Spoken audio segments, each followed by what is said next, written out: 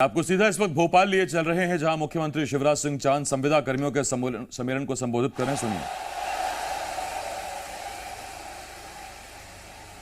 मैं कोविड काल में मुख्यमंत्री बना था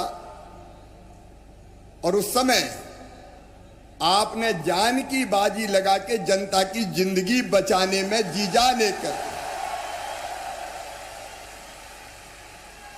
प्रदेश आपके उस काम को कभी भुला नहीं पाएगा। और इसलिए मैं आप सबको प्रणाम करता हूं। उस समय अद्भुत काम किया आपने।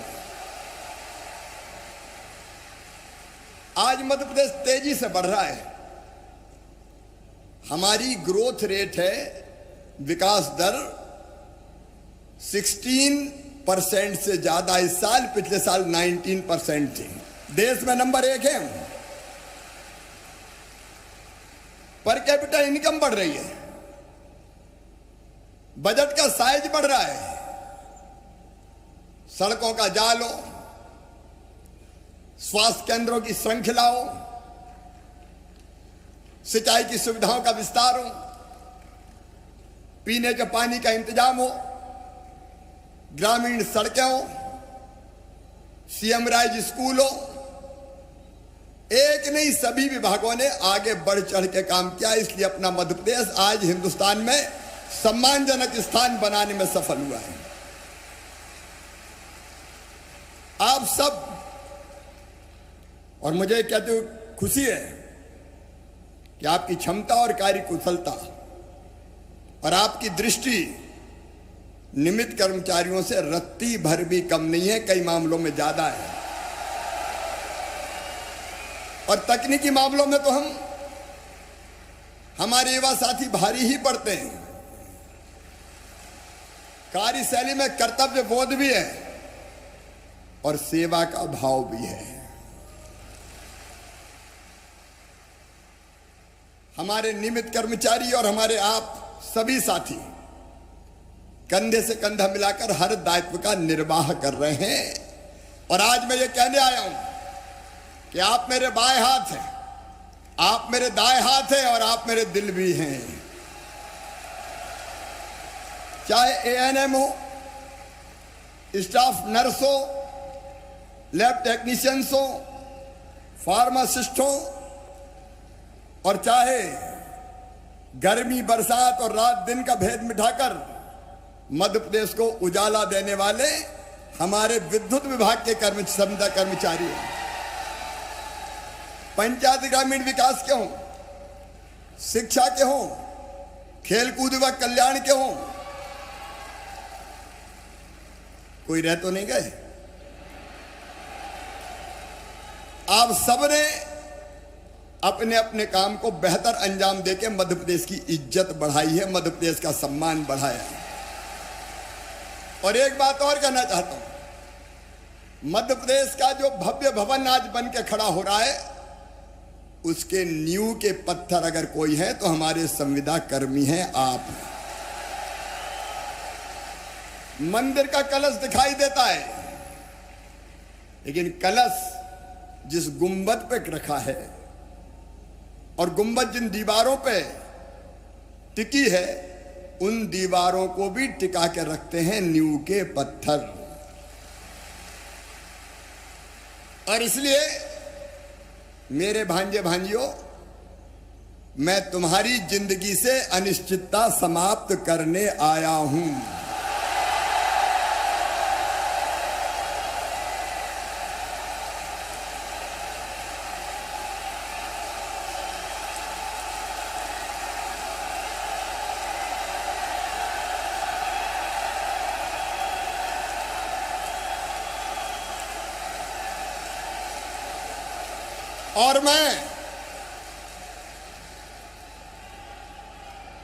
और मैं ये फैसला कर रहा हूं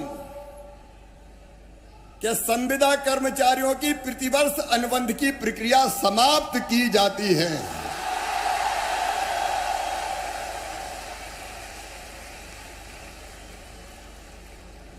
गर्दन पे तलवार लटका के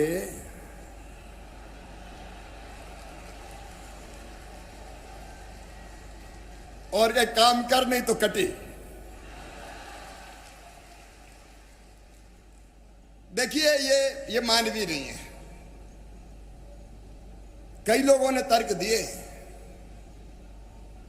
कि काम वो इसलिए करते हैं कि एक साल में अनुबंध खत्म हो जाएगा तो अगले साल रिन्यूअल नहीं होगा।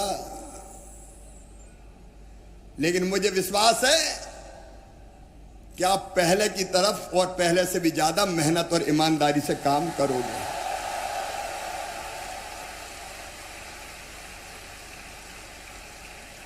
क्योंकि हमारा काम लोगों की जिंदगी बचाता है। हमारा काम मध्य प्रदेश को प्रगति और विकास की तरफ ले जाता है। हमारा काम शिक्षा का प्रकाश भी फैलाता है, तो हमारा काम लोगों की जिंदगी को रोशन भी करता है। हम केवल अपने लिए नहीं है, हम प्रदेश के लिए और ये प्रदेश की बेहतरी के लिए हम जी जान से काम करेंगे। बोलो ठीक है ना? सब मेहनत से काम करेंगे, ईमानदारी से काम करेंगे। अच्छा, ऊपर बैठे अफसरों को इसी में आनंद आता है कि हर साल आना पड़ेगा, तब देखेंगे।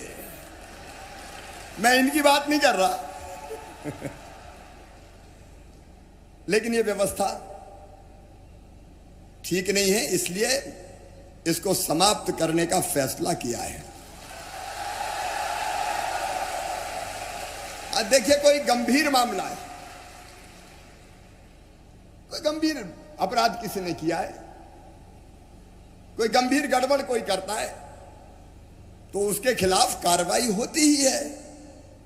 अब भी कार्रवाई होती है, आगे भी अगर कोई जनता के हितों के साथ खिलवाड़ करेगा, गड़बड़ करेगा, तो कार्रवाई हो जाएगी। बात ठीक है कि नहीं? ठीक है कि नहीं? हो मंजूर तो बोलो हाँ। उसके रास्ते हैं। कोई ये नहीं चाहता कि कोई प्रदेश के हितों के साथ खिलवाड़ करे या गड़बड़ करे, लेकिन हमेशा फिर आ जाओ साल भर में, जब चाहो तब सेवाएं समाप्त कर दो। और वैसी स्थिति में जब 20-20, 25-25 साल हो गए, जब सर्विस ज्वाइन की, अम्मा सुन लेंगे अब 2 मिनट। अब ये अम्मा हमेशा आती, कई सभा में आती, बिठा लेना उसको। आज तो इनसे बात कर लेने दो, मेरी माई। उनसे आवेदन ले लो, मैं उधर बिठा लेना, मिलना।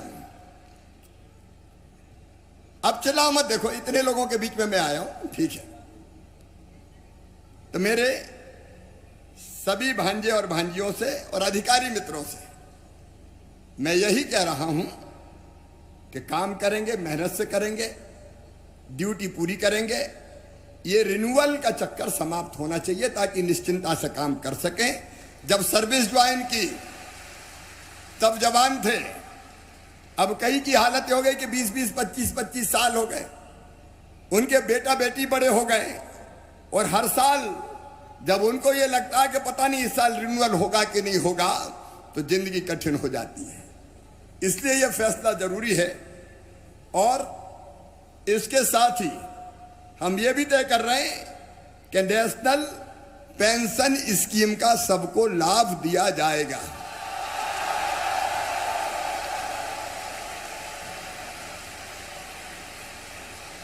उसकी पूरी प्रक्रिया हम लोग तय करेंगे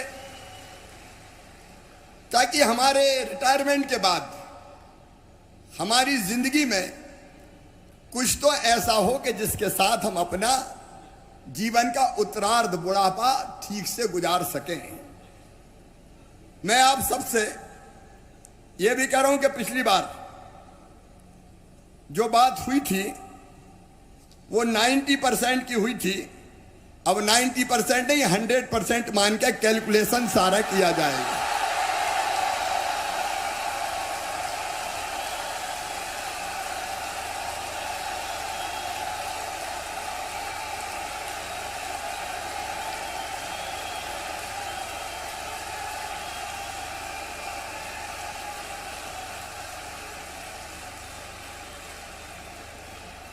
और वो भी एक निश्चित समय सीमा में करेंगे हम।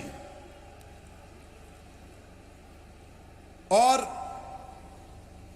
इसके साथ ही स्वास्थ्य बीमा योजना का लाभ भी प्रदान किया जाएगा, उसको भी हम कैलकुलेट करके बनाएंगे। अनुकंपा नियुक्ति भी प्रदान की जाएगी, वो मानवीय है।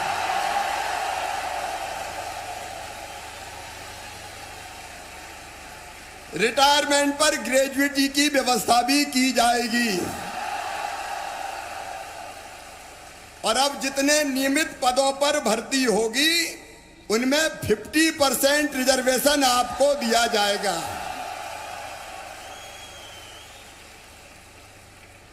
और नियमित कर्मचारियों के समान अवकाश की पूरी सुविधा दी जाएगी। विशेषकर मातृत्व अवकाश, क्योंकि मेरी ये बेटियां, इनको भी हक है कि बेटा बेटी के जन्म के साथ मानवीय दृष्टिकोण से शायद 180 दिन का मिलता है नियमित कर्मचारी, 180 जितनी मेरी जानकारी है। तो सेम वैसे ही लाभ हमारी इन बेटियों को मिलेगा जो संविदा कर्मी के रूप में काम कर रही है। आपकी छुट्टियां भी सीएल, ईएल, ऐच्छिक अवकाश, वो भी सारी नियमित कर्मचारियों की तरह की जाएगी।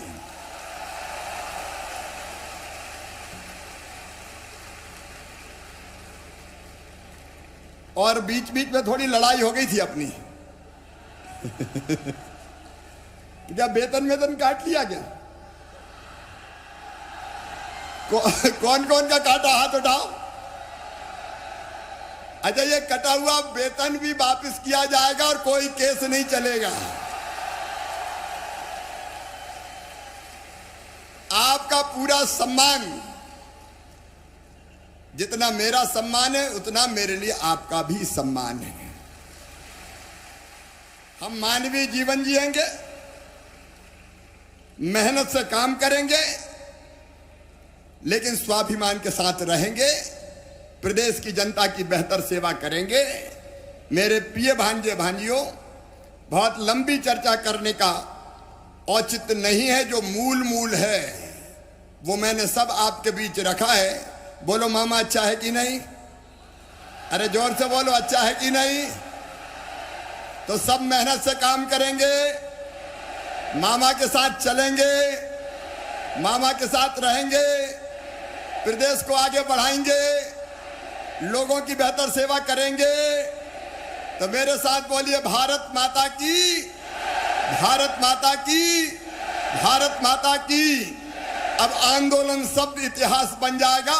आज तो मेरी चौरे के दोनों बाहें फैला के सबको गले लगा लूं और सबका माथा चूम लूं, सबको प्रेम करूं और सबको आगे बढ़ाने की भगवान से प्रार्थना करूं।